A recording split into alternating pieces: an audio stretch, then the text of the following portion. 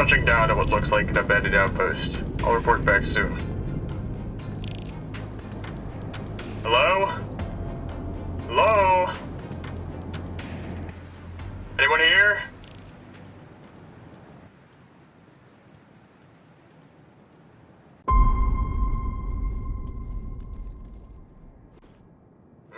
You've been here a while, huh? Poor guy. If someone finds this, I won't be here much longer. The convoy was ambushed. Round went right through the side plate. I sealed it. It didn't matter. I can't stop the bleeding. If you're listening, my fortune is yours. I didn't think I was going to be here alone. I should have left when I had the chance. So that's the fortune. You weren't kidding. Alright, let's get this thing home.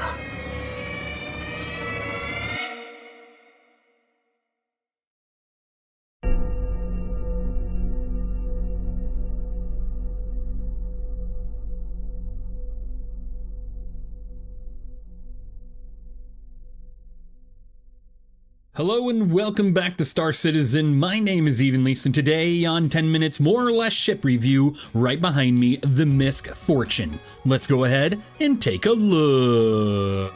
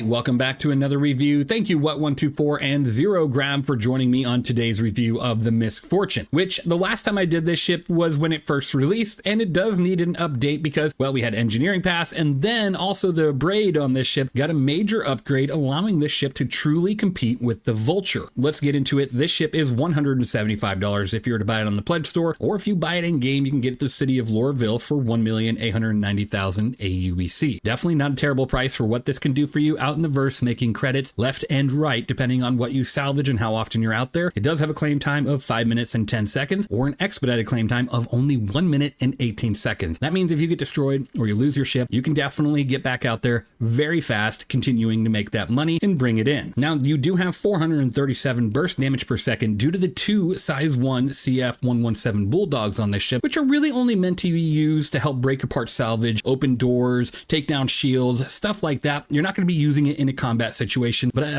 maybe we'll have a test on that here in just a moment. Now, you do have the Baylor salvage head with one size 1 cinch scraper and one size 1 tractor beam. I'm just going to tell you right off the bat, get rid of the cinch scraper immediately. That thing is terrible. It's just terrible and it takes way too long. And this ship is more of a scraping ship than it is a, fracture and dissolve ship, even though you can definitely do that. And there's a case for that as well. But I'd say get the abrade scraper as soon as you can afford it, put that thing on here and watch it go to work. It is phenomenal. Here's a little comparison between the two speeds. First, you're looking at the cinch. It moves slow. The diameter is slow. Look at the SCU in the storage right there. It's going up very, very, very slow compared to now we're looking over at the abrade. It moves much faster. You have a bigger field of area that is scraping, and then it brings it back into your storage really quickly, allowing you to go ahead and scrape a lot more in a lot less time, and then you can get back out there as soon as possible. Now you got to ask yourself, what's worth it right now? Scrape scraping a ship or fracturing and disintegrating a ship. Honestly, fracturing and disintegrating is going to make you more money, but it requires a lot more time, because when you fracture and disintegrate a ship, you have to take that material to a refinery, like right here, and then you go to the system, you drop the boxes in there, and then depending on which one you choose, it can take you anywhere from 30 minutes to a few hours, depending on how much SCU you have and how much you want to get done right then and there. So the money intake isn't going to be nearly as fast, and you do lose quite a bit of SCU when you're out there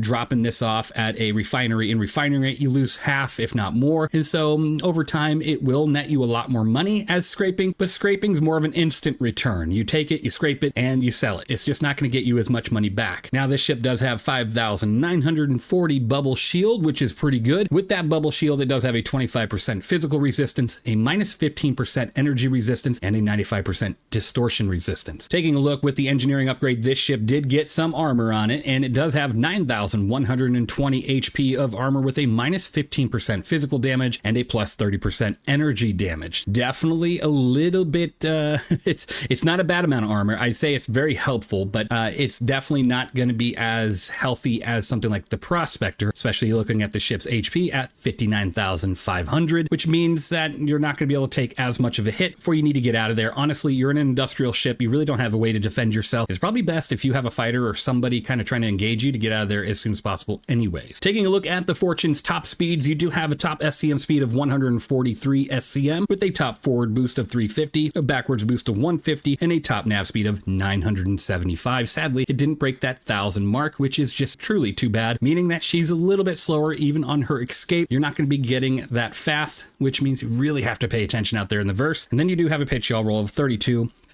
75 with a boosted 38, 90. Now you do have 48 flares and 5 decoys, as well as 21 SCU of hydrogen fuel and 1.8 SCU of quantum fuel, meaning that you do have an interior, you do have a bed, you can be out there for a little bit, but the 1.8 SCU of quantum fuel is only going to last you so long until you have to go and drop off your boxes and refuel your ship. So it's not too big of a concern. You're going to be going back and forth anyways, especially if you're disintegrating and you're collecting boxes fast. But even with that, there are some pretty cool things about the interior of the ship, so we're going to take a look at that. You do have a 16 SCU cargo grid with 12 of that being external on the ship, and then you have 4 on the back elevator of the Fortune. So let's go ahead and take a look at the Fortune in the first person. Let's see. This thing is a pretty nice looking ship. It does have that Prospector vibe because it's pretty much just a Prospector with some difference on the external and internal. Taking a look here at the door, this is where you'd go ahead and get into the ship. You'd focus right there where it says enter ship, hit that button, it'll bring down a ladder and you'll go right on in. Now I'm going to tell you something about that entry point. It can be quite the deadly exit point, so be very careful when you hit exit ship not to stand in the way of the ladder or it will kill you, as it did with one of our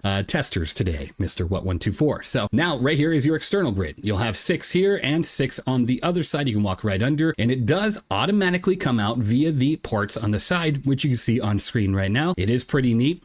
I do like that. You activate that via the inside, which we'll take a look at here in just a second. On the outside as well, you do have that other entrance, which would be your little cargo bay that drops down, fitting 4 SCU of cargo right here on that elevator. And then you do have your power supply right under, which for some reason we opened it and now it will close. So with that, let's start right here in the cargo bay. We're going to go ahead and hop right on up. Let's go right here. Let's go close that door. And now we are on the cargo bay heading right into the ship. You do have some of your components right at the entry point of this rear entry with 2 shield generators and right behind you a nice cooler. So a couple components right here. They're not all put together, which is fantastic. Now your next room is where all the material goes to. So right here on the right and then on the left, you do have the internal storage with a total max of 13 SCU combined. So this is where it's going to hold internally the storage while you're scraping or doing any sort of disintegration. Now you just got to make sure you hit the auto eject button. Once you do and you hit 1 SCU or more, it will print it out automatically for you without you having to do anything. Now once both of those grids are blocked, you will no longer be able to print, and you'll have to come back here and re-hit that button once you clear those grids for it to restart the process again. But they are right here and it is pretty cool. I do like that auto eject system. It's something that I feel like has over the Vulture, because with the Vulture you can only print out so much and you have to manually get back there and move them constantly to even do much with that, so you're wasting a lot of time. With this ship,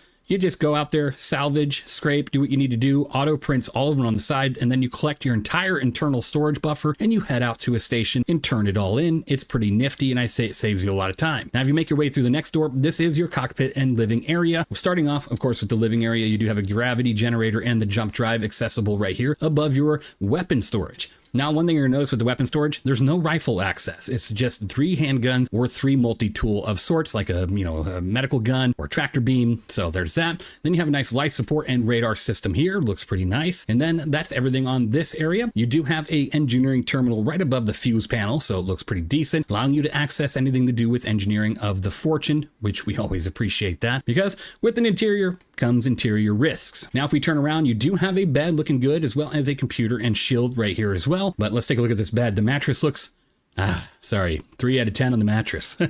And then you do have your storage for the ship. You go ahead and access that with 900,000 micro SCU, allowing you to go ahead and access and store some things away in here. And then you do have a fire extinguisher, as well as a nice kitchenette area where you can go ahead and make some food or drink and hopefully keep yourself alive while you're out on your travels. Open up this door and you have a very cramped bathroom with a sink that you'll probably hit yourself against multiple times, with a toilet right here, and of course a little shower right there. As you can see, you would have to store this toilet or stand on top of it to go ahead and take a shower, which I don't advise doing either of those. And then if you move into the cockpit, you do have one of the best views in the game through the MISC Prospector or MISC Fortune seating. When you sit down in this cockpit, it's fantastic. It is great. I wish more ships had a view like this. I always like windows in ships, and I think a cockpit like this deserves a lot of attention. It's definitely not like a lot of other MISC ships like the Freelancer or the Starlancer. So with that, it's something to enjoy. You do have 4 MFDs, as well as your radar right up the middle, which you can change, of course, how far it sees by scrolling when you're hovering over it. Nice, nice. And that's everything for the MISC Fortune. Let's see how this thing handles in a fight really quick.